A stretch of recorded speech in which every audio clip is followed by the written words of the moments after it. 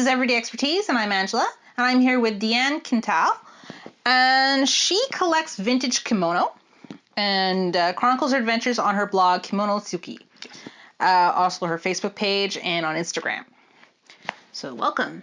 Hi, thank you. Hey. Thank you for having me and giving me this opportunity. Yeah. So first question, let's define things a little. What would be vintage kimono essentially be? Basically, like any other vintage garment, it's not, like antiques are 100 years old. End of discussion. Vintage clothing is typically, at this point, they view anything sort of from the 70s and before. I do actually have modern stuff in my collection as well, but the bulk of it is vintage. For kimono references, usually Japanese timelines are broken down into eras based on whoever was the emperor at the time. We're currently in the Heisei era. Yeah. And the last era was Showa, and it ended in 1989. I find the easiest thing sort of as a catch-all is anything that's Showa or older falls into the realm of vintage kimono. Okay. So, yeah. That's pretty cool. Where do you find the items that you acquire? The bulk of them I do find online. There are a couple of sellers on eBay and with their own websites. Ichiroya is one of the big ones. They're owned by a couple. They're really sweet. They're really helpful.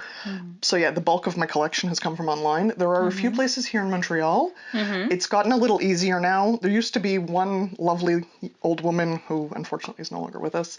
She ran a little shop and had some kimono. It was primarily tea stuff, but she had some kimono. Yeah. Now there are a few stores, one that specializes in that's all they sell is vintage kimono. And then there's Kimono Yuki, who is she's independent and she does sell online, but she'll also sell at little street fairs and Japanese cultural events here in the city. And sometimes when I'm lucky, when I'm traveling, I will find shops that just happen. It is more common to find them in, Goodwills and random antique shops in the States. Here in Montreal, the Japanese community is very small. Yeah. So the odds of somebody's grandma's kimono ending up at the thrift store are pretty slim, whereas parts of the States it is a little more common. And actually one of my friends sort of jokes that I have what he refers to as the kimono dar. Like no matter where we go, I end up finding kimono. That's pretty good. So yeah, it's useful. It's useful. It's hard on my wallet, but I imagine. Yeah. But yeah, it's fun, and that way I have a little something that's both like part of my collection and a little souvenir of the trip that I happen to be on. So it's true. nice. Yeah. So how did you get started collecting?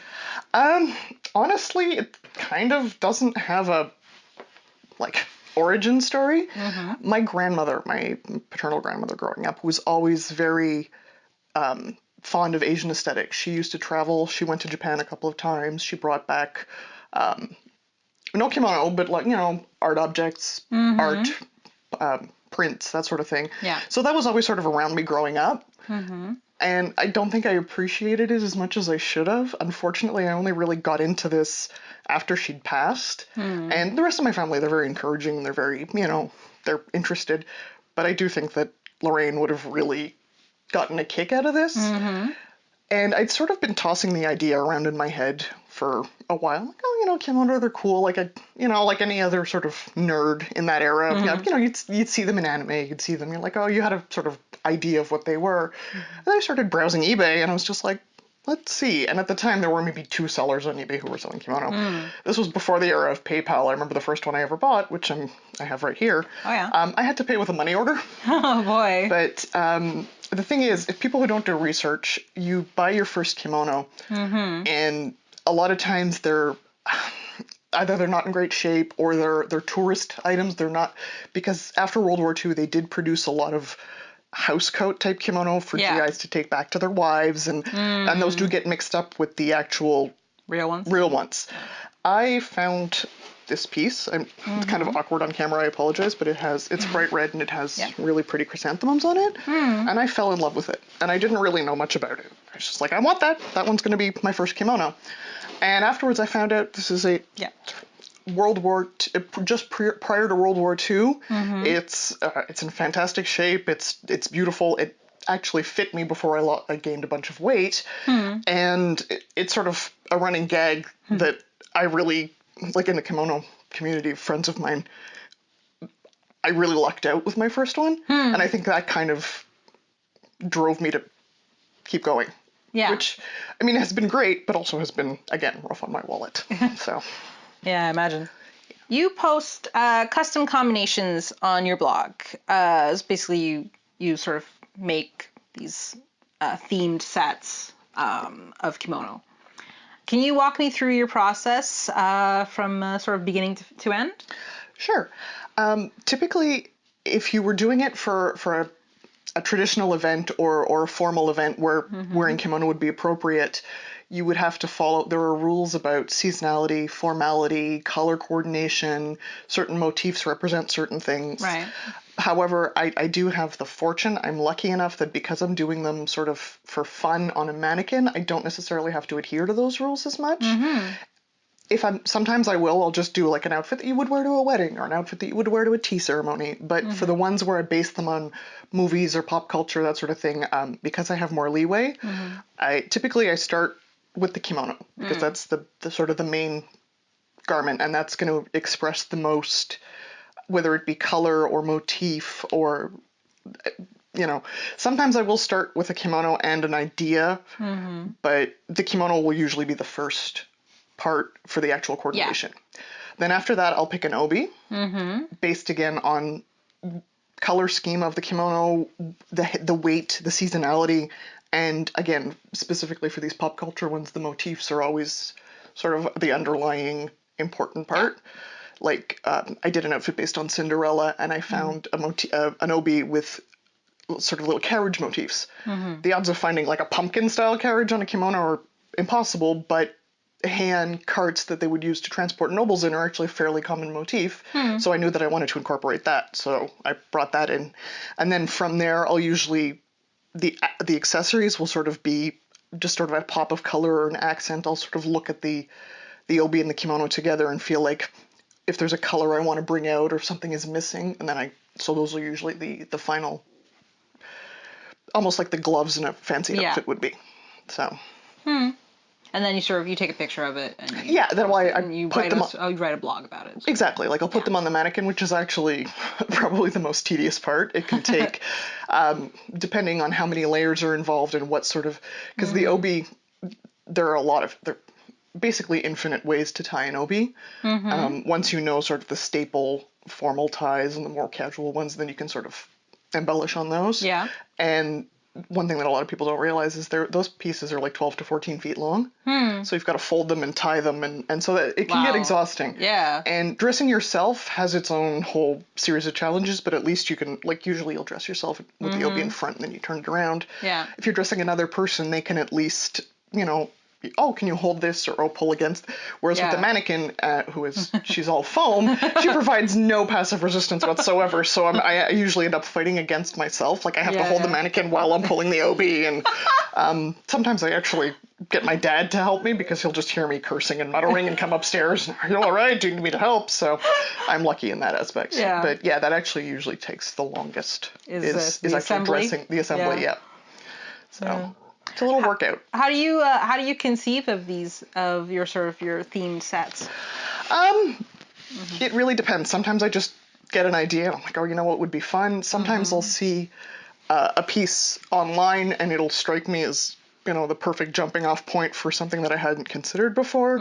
Like I did I mentioned Cinderella before. I did all of the Disney princesses. And that actually started, I found a golden yellow, really satiny kimono with roses embroidered on it. And I was just like, that's Belle. That's the 1989-90, the Disney animated Belle. Yeah. And from there I was like, it'd be fun. And I could do little rose accents. And then I was like, it'd be really fun doing all of them. Yeah. So... And then recently I did Batman-inspired ones, and those were because of the ridiculous but fun Batman Ninja animated movie. Oh, yeah? It's a trip, that movie is. But I was just like, this is fun, and then I sort of got inspired to do, Batman-inspired. They don't necessarily correlate with that specific movie, but they evoke the feel of the Batman characters. So. How long, on average, does it take for you to put together a kimono set? It depends. Like some of them I'll get ideas and I actually have to go hunting for pieces online that'll fit in. Sometimes I can just whip into the closet or the cabinet where I keep them all and basically anywhere from 15 to 20 minutes to several weeks is depending on whether I have the items with me. In certain cases, I've had to DIY little accents, So, but assuming I had all of the pieces with me, usually about 20 minutes to half an hour to sort of get and even then, like a lot of times I'll plot them out. I have Excel spreadsheets and it's kind of a dweeb. Yeah. But like I'll get everything together and it won't work as well physically as it did in my head. So I'll have to scrap certain pieces and start over. But yeah, so. Oh, that's pretty cool.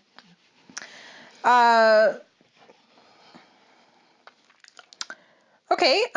So in terms of influences, we've talked about a lot of your themed sets are based on like movies and television and stuff like this. Do you have any like what are your favorite styles in kimono? Based like not based on on particular styles? There absolutely are. There's I mean sort of your typical what you would imagine like a very elegant lady with sort of what you'd see in the fancy magazines in Japan is typically referred to as sort of kimono salon because that's one of the magazines and they're very like strict adherence to the rules, very delicate, very feminine. There's kimono hime, which hime means princess, but kimono hime is more like cute and young and like you understand the rules, but you also know how to break them. Like there'll be little, fluffy skirts as accents or hats and gloves and Western style shoes, which are, technically verboten, but now especially even in Japan, people are realizing that if they keep things so rigid and regimented and we have to stick to this style, we have to stick to that, you can't do this kimono with that obi, it's a dying art. Right. So people would rather be like, well, no, let the younger people experiment and have fun and express themselves, and at least that way they're still producing and they're still buying and kimono is not dying that way. Yeah. Personally, I tend to dress fairly again, a lot of these styles are named after magazines, like So's Kimono Hime. There's a magazine called Nanao, and it's sort of like your own personal style, but based on the traditional rules, like a little bit elegant, but a little more like fun accessories. And that would be closest to my personal style when I'm dressing myself. For dressing the mannequin, I really love doing crazy out there, like, kimono with corsets or kimono bustled up like a dress, which is more sort of in the kimono hime department. But yeah, for myself, it's a little more subdued, but for the mannequin, I like having fun and I like experimenting. But sometimes I'll put a very like straightforward and elegant classic outfit on there and I'll be like, I should do this more often because it does have its own appeal. Yeah. So I didn't really answer your question. I kind of evaded it there. I'm sorry, but I don't say I could stick to one particular style. I think that's an answer. Yeah. All right. So in addition to kimono, I noticed you do a lot of these sort of miniatures and other sort of traditional Japanese crafts. I do. Yeah. Sorry. Yeah. Were you? No. Yeah. I've always been fascinated with tiny things. Yeah. Again, Lorraine had I remember she used to have this tiny little. I think it was Lalique. It was a company that does fancy porcelain. She had a tiny little plate and pitcher, and then a bathroom set. There was like a little toilet and a little bidet and a little sink and a bathtub that was maybe the size of my thumbnail. And they sat on her vanity, and I used to love playing with those, and I still have them down in my room. And being able to combine my passion for kimono and Japanese culture and my obsession with tiny things has been really sort of gratifying. That's awesome. Thank you. So. How do you get this things for that? Like, is this for the miniatures? Is it easy? Yeah, is it easy to find the components? Well, the one I have up there, which I should have brought down. I'm sorry. That's all right. The kit was bought online, and it was actually supposed to be like a Nordic ski lodge. I just scrapped most of the interior and made the bulk of it just with craft supplies. And the fabrics I get. There are a couple of the sellers, Ichiraya, who I mentioned before, always include little gifts when they order, and like a lot of times it's just interesting scraps of fabric that are too small to do anything else with. So those are perfect for doing miniatures, because, and then buying stuff again online, but really the bulk of it, finding stuff like that here would be difficult. I'm sure I could find it online, but for me, part of the appeal is making them from the ground up in a lot of cases. So, yeah. And then the doll that I made, I turned a Monster High doll into a geisha. And again, that I basically had to make everything from the ground up on her. Oh, yeah. The kimono was made by a woman on Etsy who is Japanese, and she makes miniature doll kimono, and then I had to paint it myself. So, yeah. That's pretty cool. That's pretty amazing. It's, Some of them are really, really nice. Thank you. Yeah, it's very satisfying. So. All right. What's something you wish you'd known about collecting before you started? That it's incredibly addictive and it never stops, and you sort of think, oh well, I'll have one of like a very formal kimono and one of a slightly less formal and one casual, and that's really all. No, it never stops. there's always there's always going to be something interesting and different and new that like you sort of think you've seen every motif and every color, and then one of these modern kimono producers who are doing a lot of stuff inspired by vintage and antique textiles, and you're just like, now I need that, and now you're never done. You're never done, unfortunately. And you're as it is now, I've kind of cut myself off because I have no space and no money.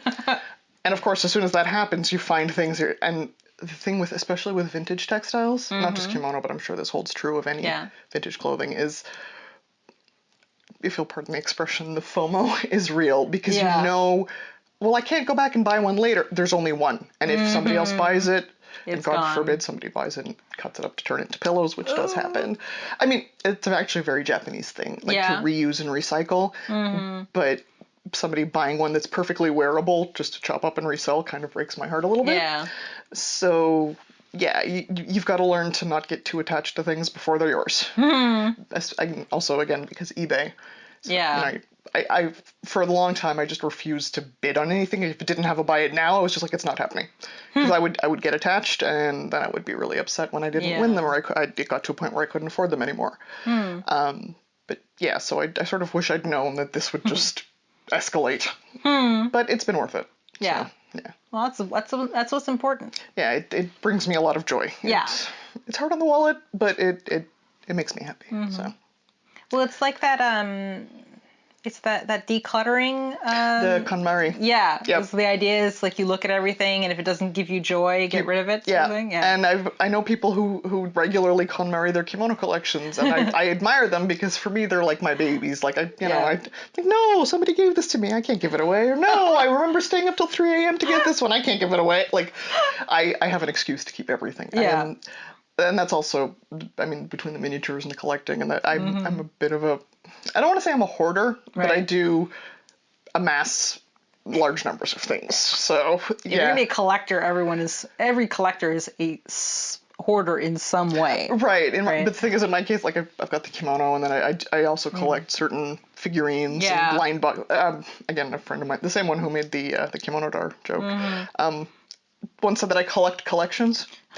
So yeah, I need to draw a line somewhere. Yeah, you just keep adding a different type of collection. Yeah, like I've got something like 700 bottles of nail polish, which is completely unrelated to this, but I was like, oh, nail polish, and then I just have to have all of the nail polish, and yeah.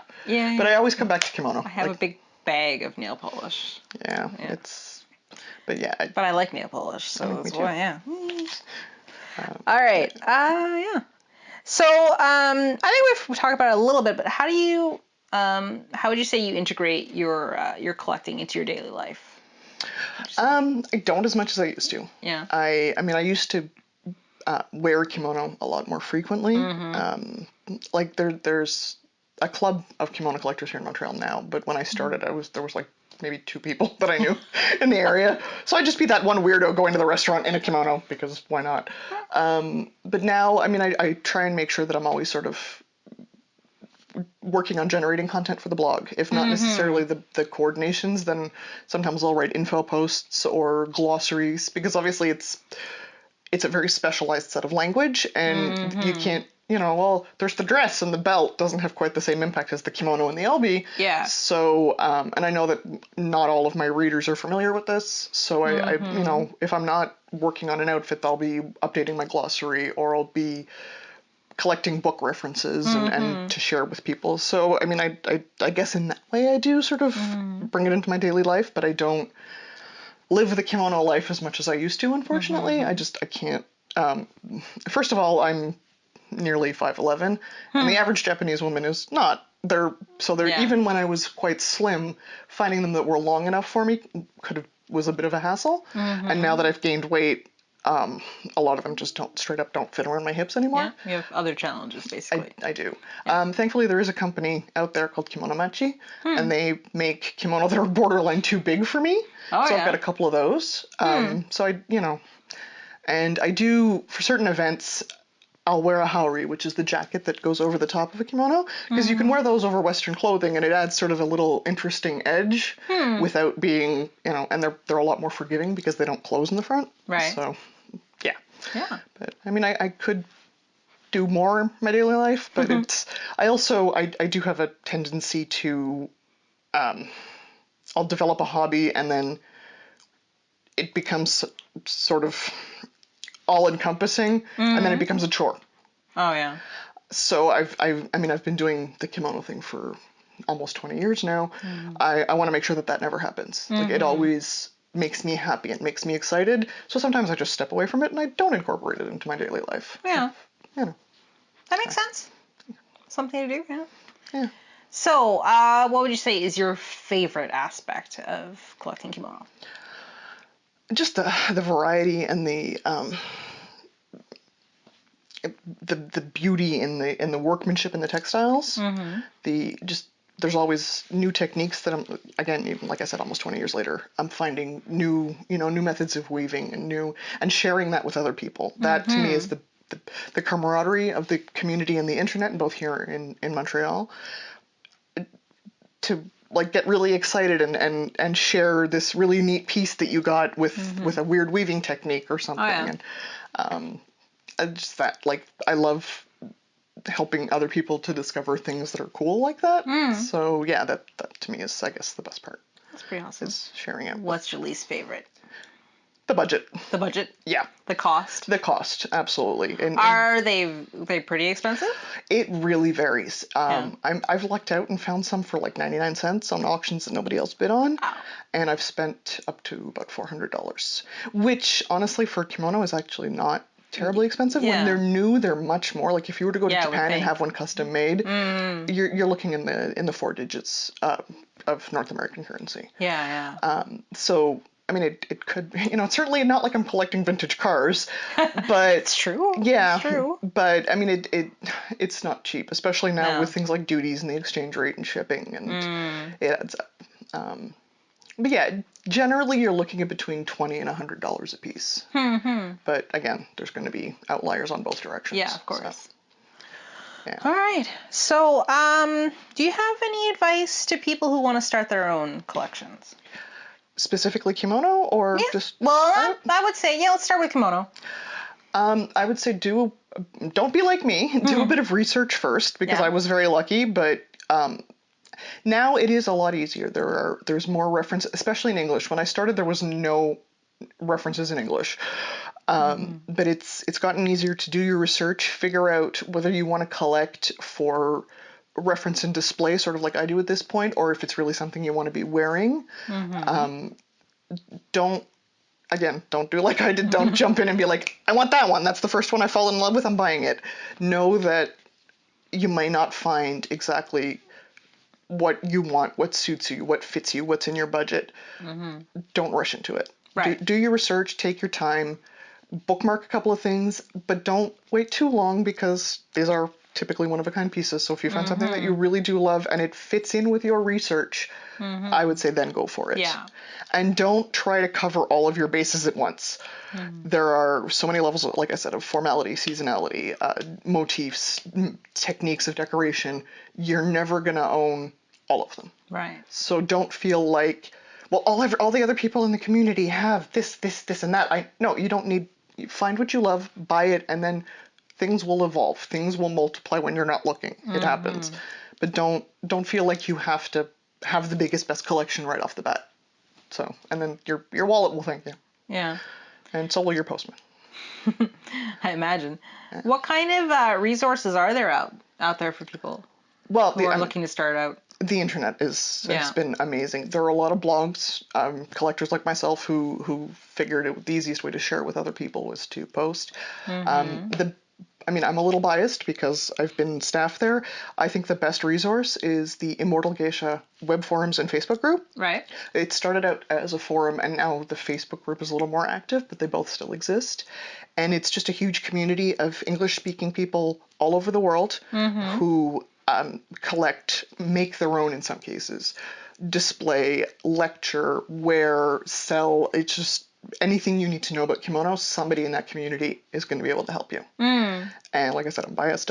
I'm staff there, if you will. Yeah. I'm not as active as I used to be. I've just got a lot of other stuff going on in my life. But that's definitely what the first place I would recommend to somebody looking into getting, wanting to start collecting. So.